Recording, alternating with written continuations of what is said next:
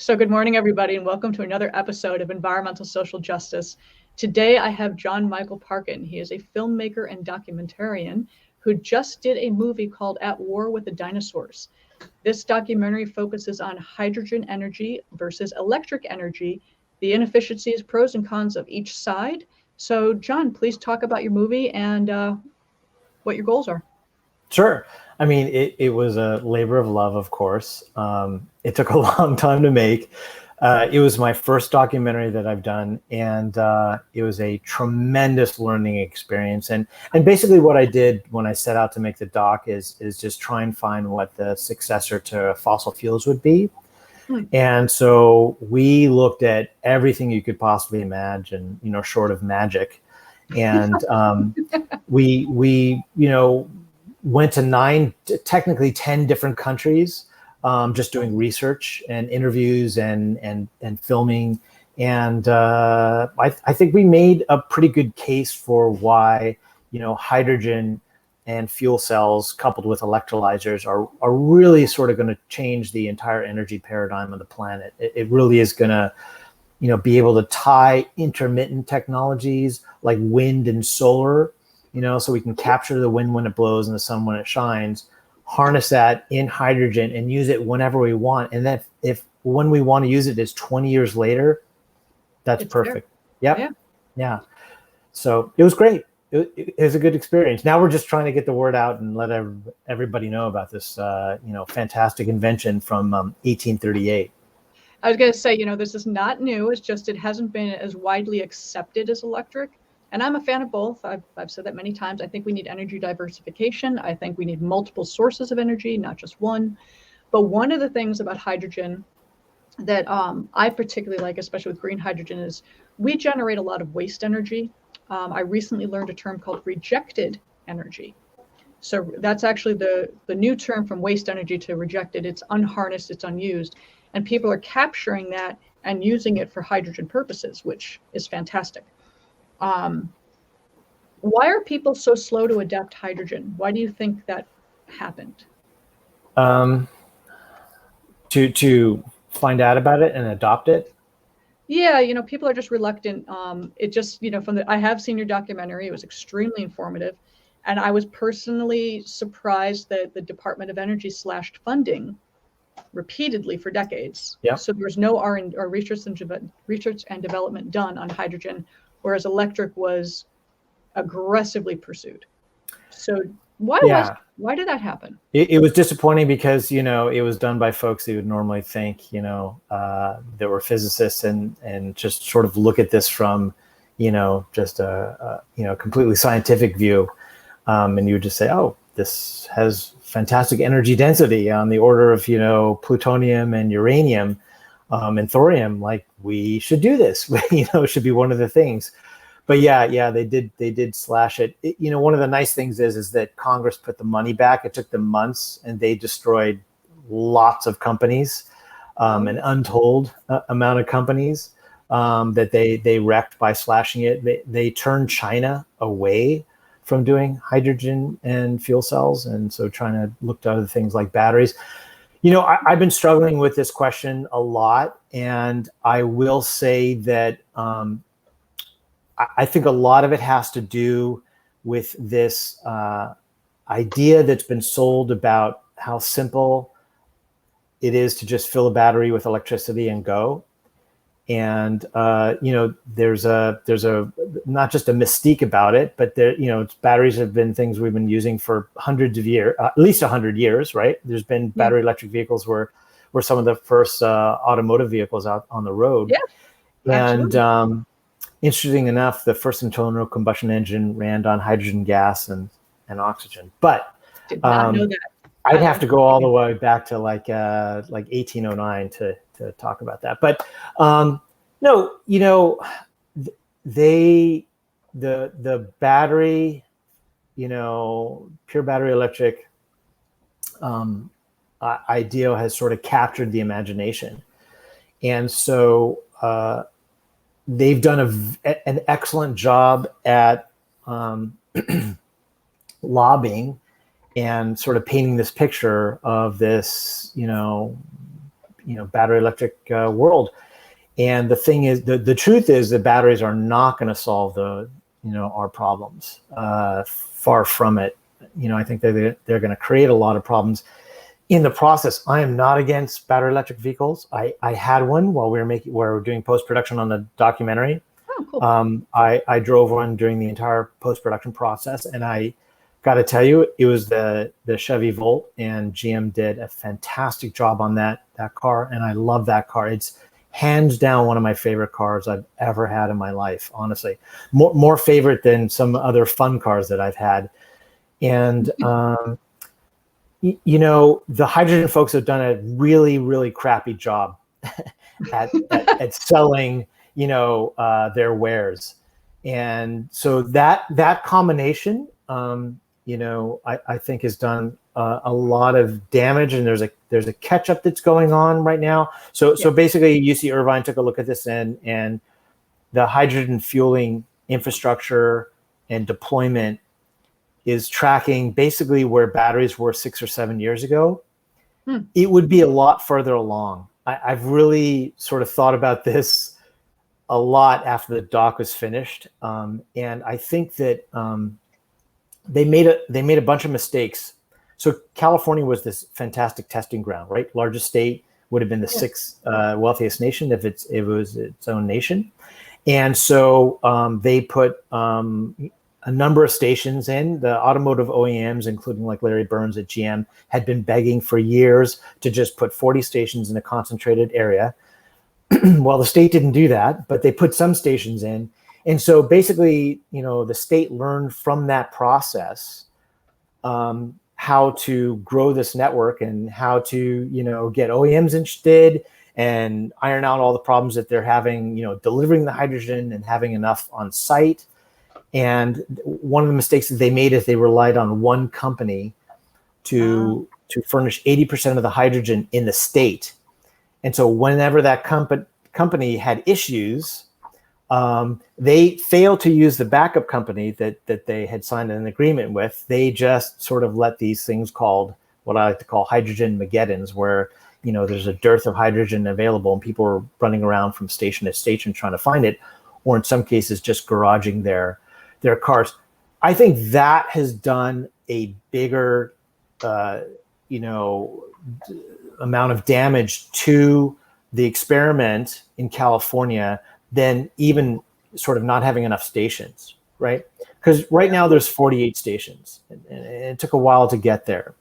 But I think if those stations had just had hydrogen available to it whenever customers demanded it, what we saw is very early on, because the hydrogen fuel cell vehicles that Honda, Toyota, and Hyundai were offering were very good bargains. I mean, they were giving you the hydrogen for free for 3 years, like $15,000 worth. And the cars were inexpensive. They were subsidized, in Toyota's case, by Toyota itself, was also subsidizing the cars to the tune of something like $20,000 in Toyota cash. Wow. But the other car makers, the vehicles were so exceptional, and they had all the latest bells and whistles that you'd want on a vehicle, that they were a great deal. And so very early on, the drivers, the consumers of these cars sort of leapt over the first movers and those on the vanguard of, electric vehicles, because a hydrogen fuel cell is an electric vehicle, just like a battery electric. Yeah. You're just getting your electricity from hydrogen. So very early on, a lot of just regular, normal, everyday consumer just said, hey, there's a hydrogen station near my house, and I've got this great deal on the vehicle. It's like, it's going to cost me, $200 or $300 a month. And all my fuel is free for 3 years. I'm going to lease it or buy it. And, because of the fact that, every once in a while, people would be at the behest of trying to get hydrogen to these stations, and it created a real problem in the state, not once, but multiple times. That was a huge issue. Yeah. No, I know. And I mean, again, I strongly support energy diversification. I think we need multiple sources. But one thing I do like about hydrogen vehicles is the fact that filling up your tank is, I think they average 5 to 7 minutes. so pretty fast. Yeah. And the range on the Toyota Mirai was at 402 miles. That's right. And that's really impressive, and not knocking the electric vehicles. It's just the technology will get there. They're developing as we go. But that's the convenience factor that so many people are addicted to. Gas cars have a certain range. Filling up, you can go anywhere and you're in and out in 5 minutes. Yep. So we have to just get back to that convenience factor. And if people think about the first cars, the first petroleum cars out there, right, they had 8 miles to the gallon, I think is what I read. Gas stations were not readily available, so you just strapped a couple cans to your car, which is hugely dangerous, but that's what people did. And so we're just kind of learning again. We're starting again, and we need more people to at least acknowledge hydrogen's an option. Acknowledge that it's there, give it the proper funding. Everything comes down to money. It really does. Yeah, it does. And without the research and development and funding and, scientists getting on board, we are going to have a constant battle. And that's what your documentary, please watch that, guys, goes into a lot of detail about the history of the hydrogen vehicle and the adaptation process. That's what I liked most about it personally. That was me. I mean, the first gasoline station, the public one, was, I think, 1907, and the next one didn't come online until 1909. So it was like 2 years later. Yeah. So yeah, people were getting gas in all sorts of ways. But one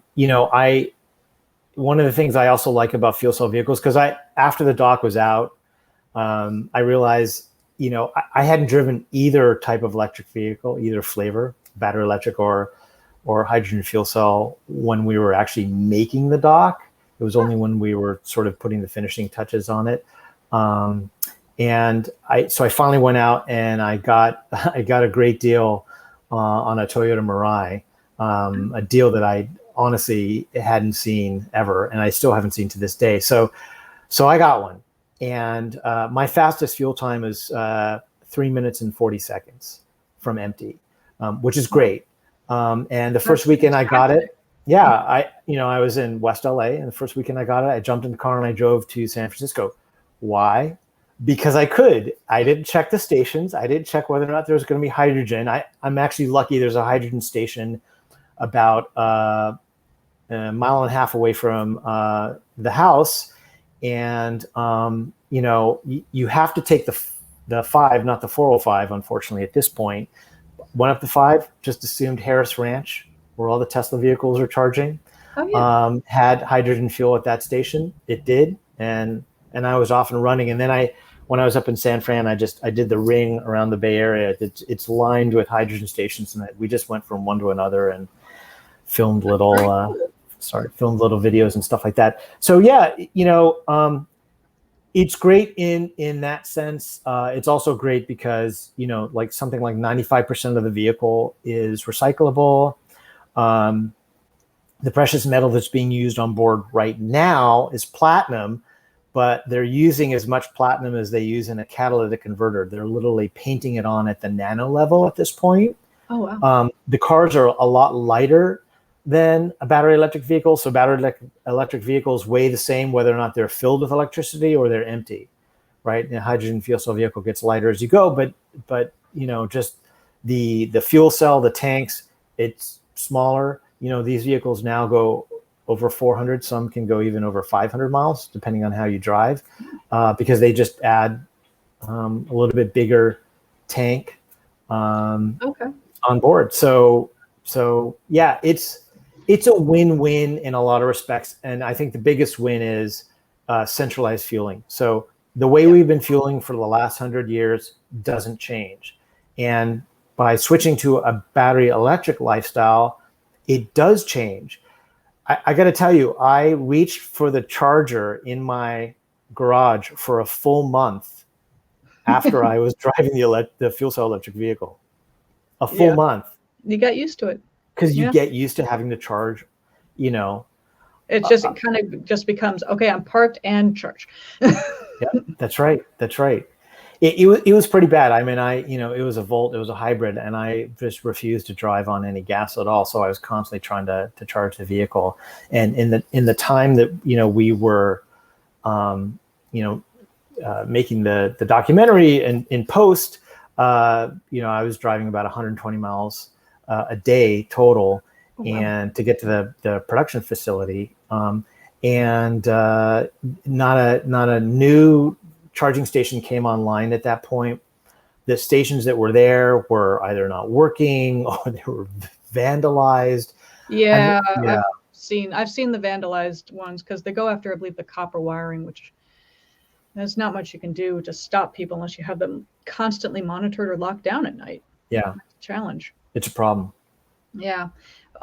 So in wrapping up, where can people find your documentary? Because I highly, highly, highly recommend people watch this. It's extremely informative. I was glued to my monitor when I watched this.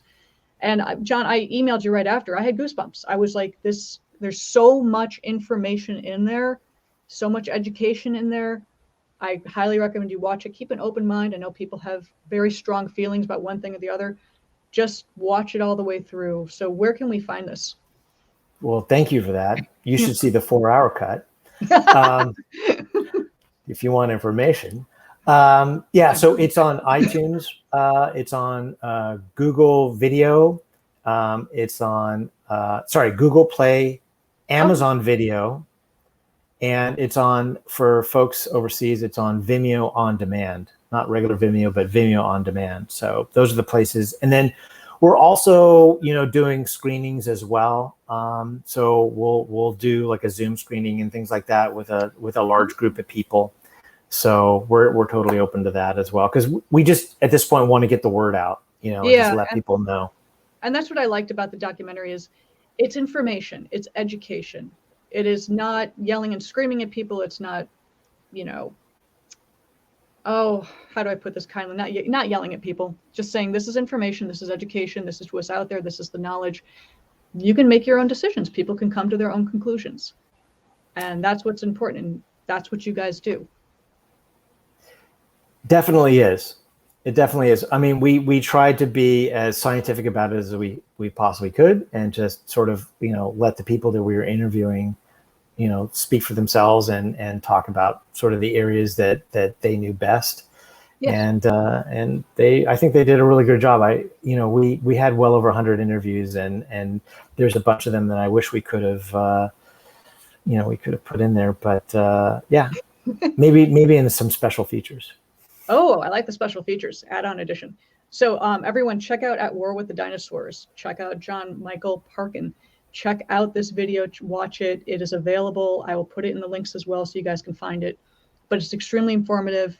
Everyone can draw their own conclusions, but at least educate yourselves, communicate, talk to each other in a nice, open, friendly format. Hence, therefore, no shaming, no blaming, and every little bit helps. So thank you for this, John. This has been hugely entertaining and educational. And I'm looking forward to your follow-ups, what you guys are working on next. Oh, good. I'll definitely let you know about them. Yes, because, again, it's education. You guys take care. Have a wonderful day, and we will see you guys soon. Bye-bye.